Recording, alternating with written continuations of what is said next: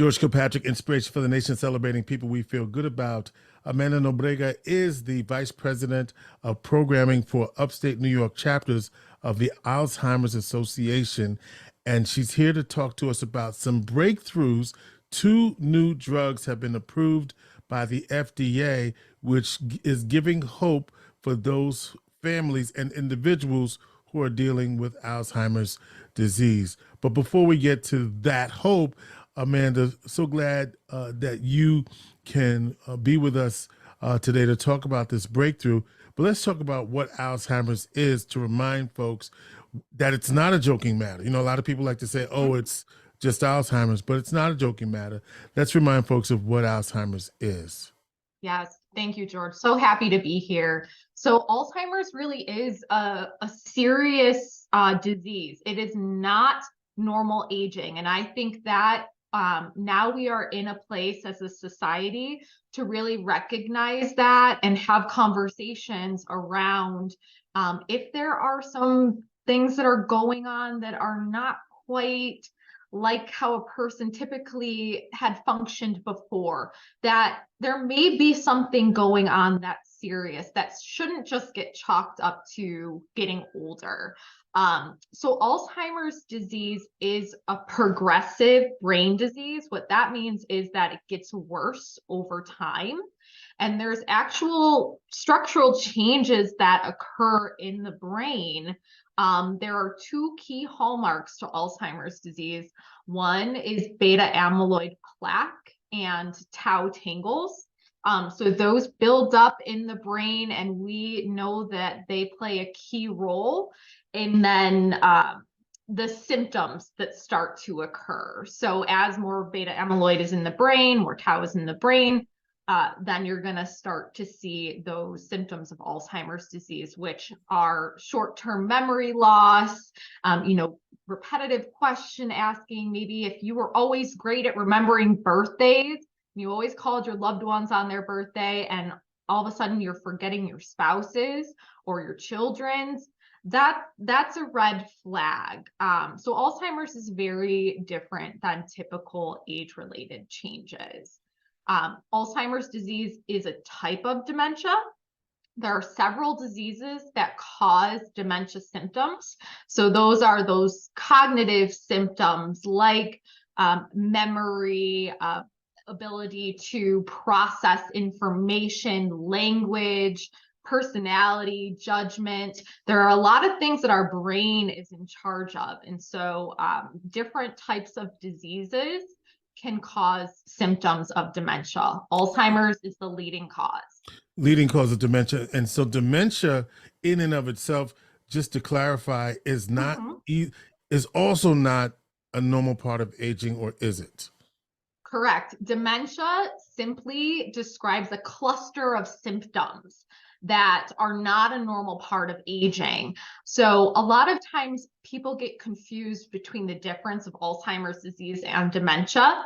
Alzheimer's disease is a type of dementia. If someone has a diagnosis of dementia, it's not necessarily a complete diagnosis. It's not telling you what's causing the dementia symptoms. So there's Alzheimer's disease dementia, Lewy body dementia, frontal temporal dementia, vascular dementia. Sometimes there's multiple diseases that are occurring at the same time, mixed pathology. And so to answer your question, dementia symptoms are not a normal part of aging. And if you're noticing changes in yourself or a loved one, please reach out to your physician or call the Alzheimer's Association to learn more about the warning signs and how to get support. Yeah, and you mentioned that one of the misconceptions is that that Alzheimer's is a normal part of aging. Are there other misconceptions about Alzheimer's disease? I think that, sometimes there's stigma around the disease and what life with Alzheimer's disease looks like. I think people tend to think about individuals who are further progressed into the disease versus those who are living earlier on with the disease, who are still living life.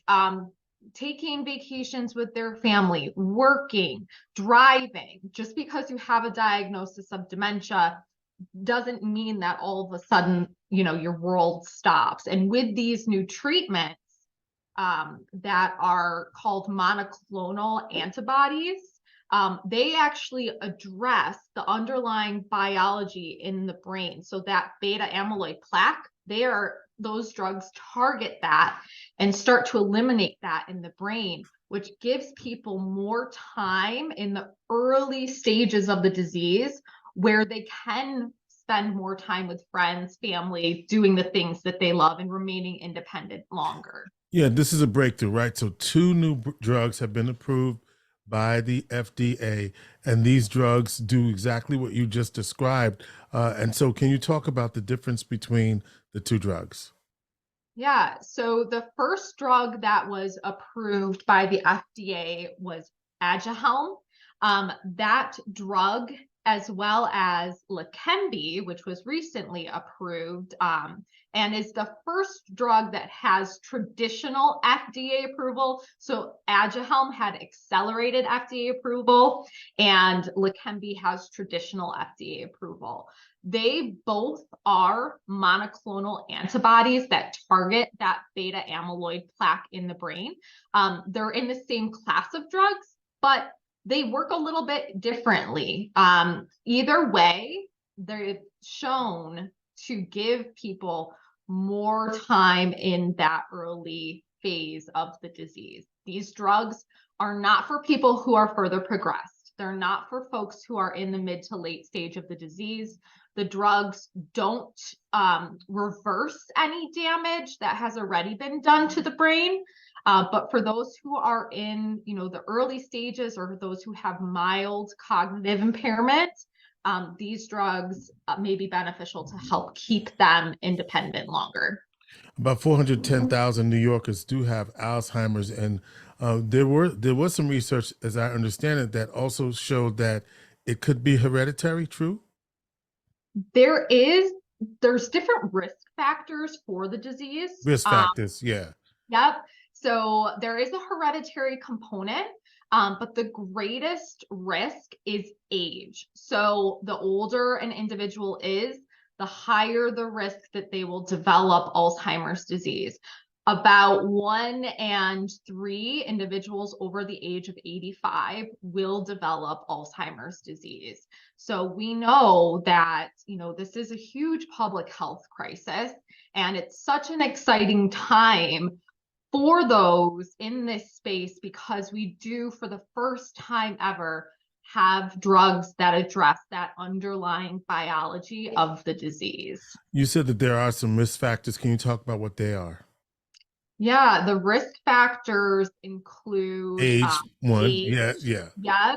gender. So researchers are looking more into the exact reasons why, but we know that women are particularly at higher risk for Alzheimer's disease than men. With different types of dementia, it's different. There might be higher prevalence in men than women, but for Alzheimer's, it's women. So there is that component as well. And then the hereditary component that you had mentioned, there are some genes that will determine that if you have this gene, you will develop Alzheimer's disease, but that's very, very rare. Most people, it's not necessarily that specific gene. It's later onset Alzheimer's disease, and there's different hereditary components to that. How close are we to a cure?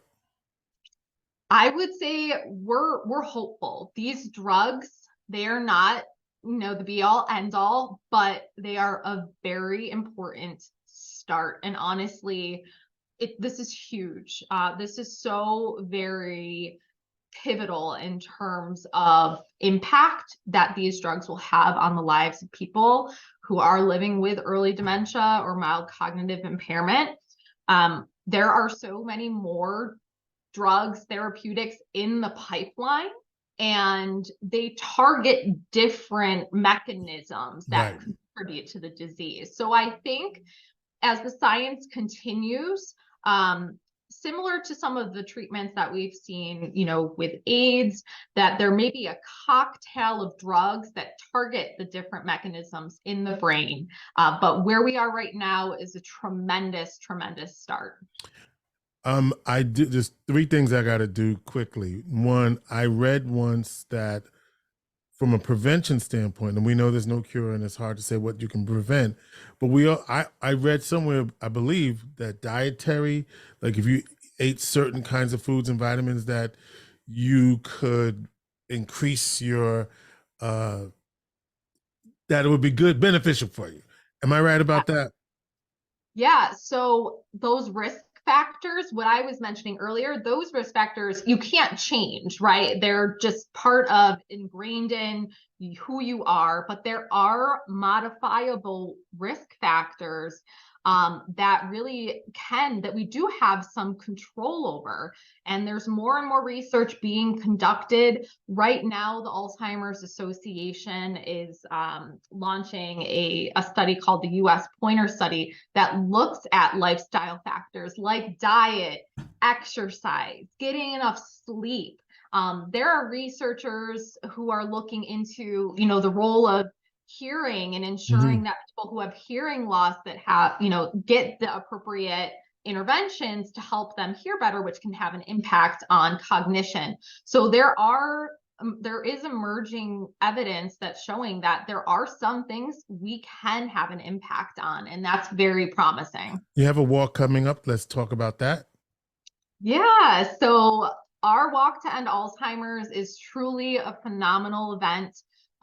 It really is a showcase of the community coming together. And when you're there, there's no way you can feel alone in this disease. You can truly see a sea of support and other families and individuals who are impacted and coming together to fight this fight. And we've made so much progress because of that.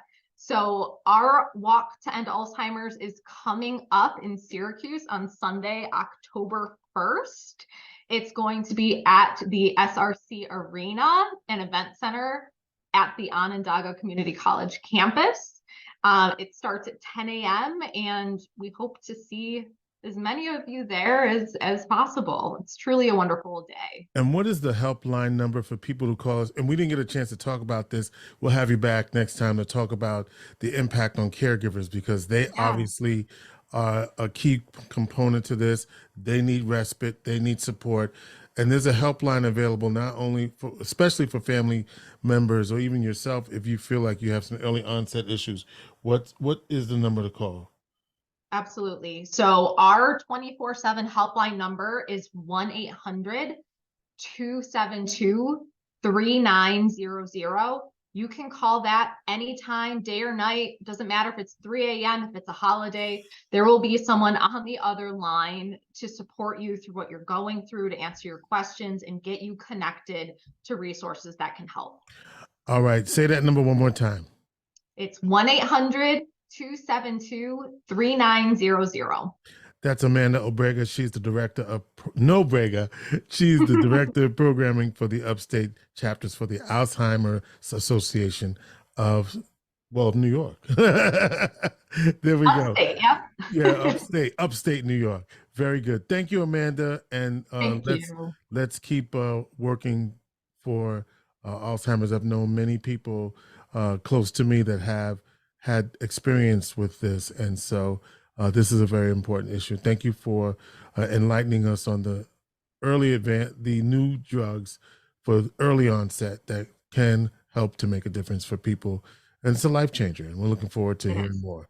All right, you have a great day. Thanks again. October 1st, Walk to End Alzheimer's. Take care. Inspiration for the nation. Okay. Thank you so much. All righty.